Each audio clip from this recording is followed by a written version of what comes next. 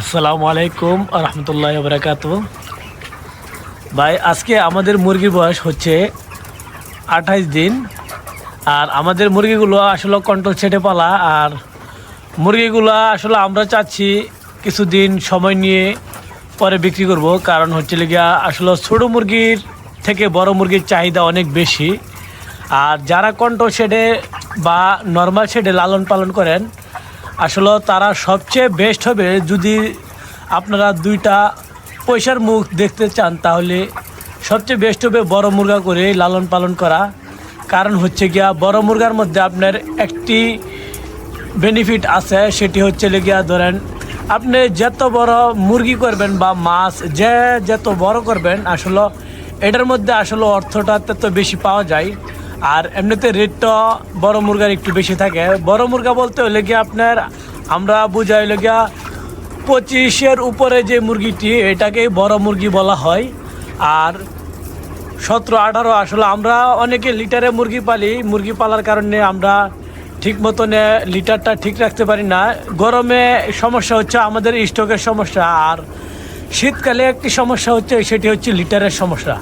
আমরা আসলে লিটার এবং স্টক দুইটার থেকে আপনার বাঁচতে হলে আসলে লাগে আমরা যে কন্ট্রোল শেডের কোনো বিকল্প নাই। আর আমরা যেহেতু ছোট্ট খামারি, এই কারণে আমরা যতটুকু সম্ভব আমরা অল্পতেই মানে কিভাবে সম্ভব আমরা অল্প খরচে মানে কিভাবে কন্ট্রোল করা যায় সেভাবেই করছি। কারণ কন্ট্রোল শেড করতে অনেক ব্যয়বহুল খরচ, আমরা ওইদিকে যাইতে পারি না। আমরা আস্তে আস্তে আসলে কন্ট্রোল শেডটি করা, আমাদের প্রথমত কন্ট্রোল শেড করছিলাম আমরা নর্মালভাবেই। আর আস্তে আস্তে আমরা একতলা একটি মাচা করছিলাম। প্রথম আপনাদেরকে দেখাইতেছি, এই মাচাটি হলো কি আমরা ফার্স্টে যে মাছার মধ্যে মুরগি লালন পালন করছি, এটা হচ্ছে এই মাছাটা। আর এখন বর্তমানে হলে গিয়া আমরা পরবর্তীতে এটা আপনার স্তরের করছি, এটাকে 2 তলা মাচা বলা হয়। আর আমরা যেহেতু এখানে একটি দেখতে পারতেছেন, এটা লেদার আপনার 20টার একটি বেড।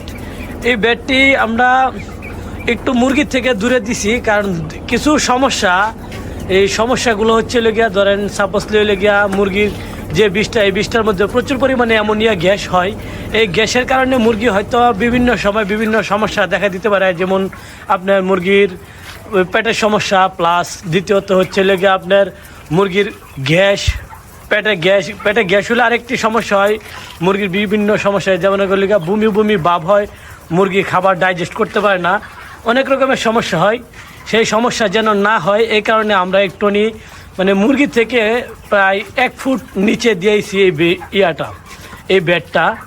আর আমি আরেকটা কথা বলতে চাই, আপনারা যদি কেউ কন্ট্রোল শেড করেন, তাহলে আমাদের এক বড় ভাই আছে, যায় আমাদের ওনার কথা না বললেই না, উনি হচ্ছে গিয়া আমাদের বড় ভাই শামীম ভাই। উনি আমাদের কন্ট্রোল শেডটি করে দিয়েছে। আর উনি খুব ভালো একজন মানুষ, এবং ওনার ভিডিও আছে আমাদের ইউটিউবে, ওনার ভিডিও পাওয়া যাবে। ওনার আধুনিক কৃষি ও পোলট্রি শেড এই নামের সার্চ দিলে শামীম ভাইকে পাবেন। এবং আপনারা যদি কেউ কন্ট্রোল শেড করতে চান, তাহলে ওনার সাথে আপনারা কথা বলে এই কন্ট্রোল শেড করতে পারবেন। উনি খুব সুন্দর এবং পরিপাটি করে কাজ করে দিয়ে থাকে, এবং খুব সুলভ মূল্যে কাজ করে দিয়ে থাকে। আসসালামু আলাইকুম, ভালো থাকবেন আপনারা।